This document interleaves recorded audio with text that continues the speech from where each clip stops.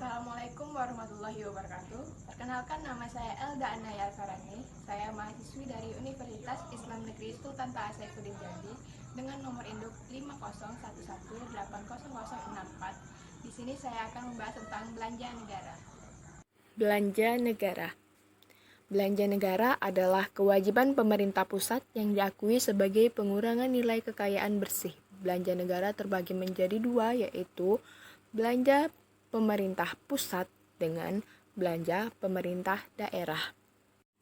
Belanja pemerintah pusat merupakan pengeluaran pemerintah pusat yang dialokasikan kepada kementerian negara atau lembaga dan bagian anggaran bendahara umum negara. Belanja pemerintah pusat dikelompokkan sebagai berikut.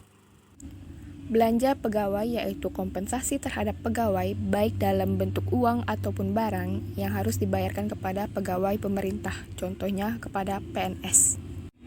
Selanjutnya, belanja barang, yaitu pengeluaran untuk menampung pembelian barang dan jasa yang habis dipakai untuk memproduksi barang dan jasa yang akan dipasarkan.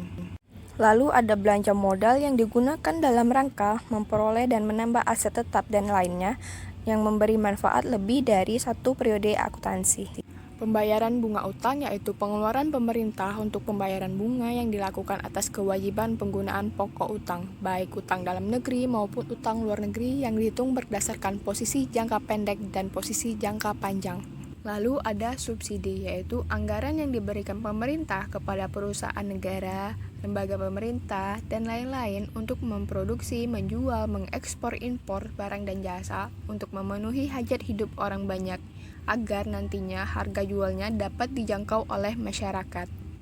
Lalu ada belanja hibah, yaitu pengeluaran pemerintah berupa transfer dalam bentuk uang, barang, dan jasa yang bersifat tidak wajib yang secara spesifik telah ditetapkan peruntukannya dan tidak terikat. Lalu ada pula belanja sosial, yaitu transfer uang atau barang yang diberikan kepada masyarakat guna melindungi mereka dari kemungkinan resiko sosial. Yang terakhir adalah belanja lain-lain, yaitu pengeluaran yang sifat pengeluarannya tidak dapat diklasifikasikan ke dalam pos-pos pengeluaran yang sudah disampaikan tadi.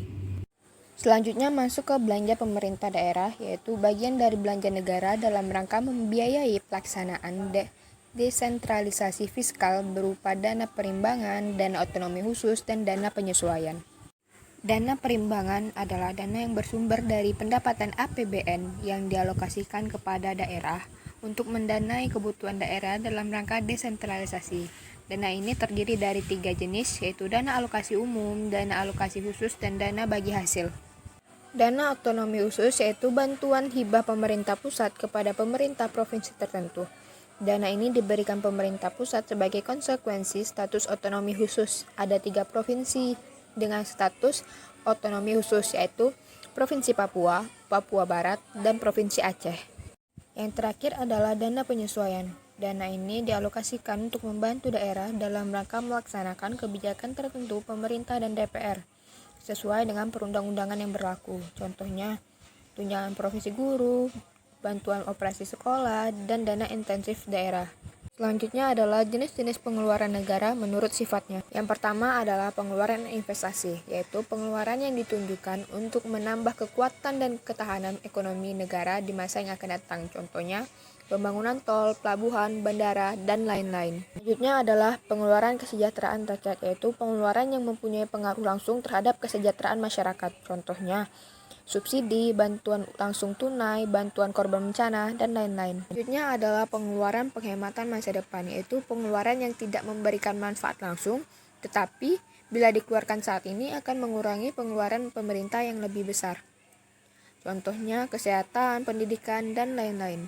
Lalu ada pengeluaran penciptaan lapangan kerja, yaitu pengeluaran untuk menciptakan lapangan kerja serta memicu peningkatan kegiatan perekonomian di masyarakat. Terakhir adalah pengeluaran tidak produktif, yaitu pengeluaran yang tidak memberikan manfaat langsung kepada masyarakat, namun diperlukan oleh pemerintah. Contohnya pengeluaran untuk biaya perang. Sekian penjelasan dari saya tentang belanja negara. Saya akhiri. Wassalamualaikum warahmatullahi wabarakatuh.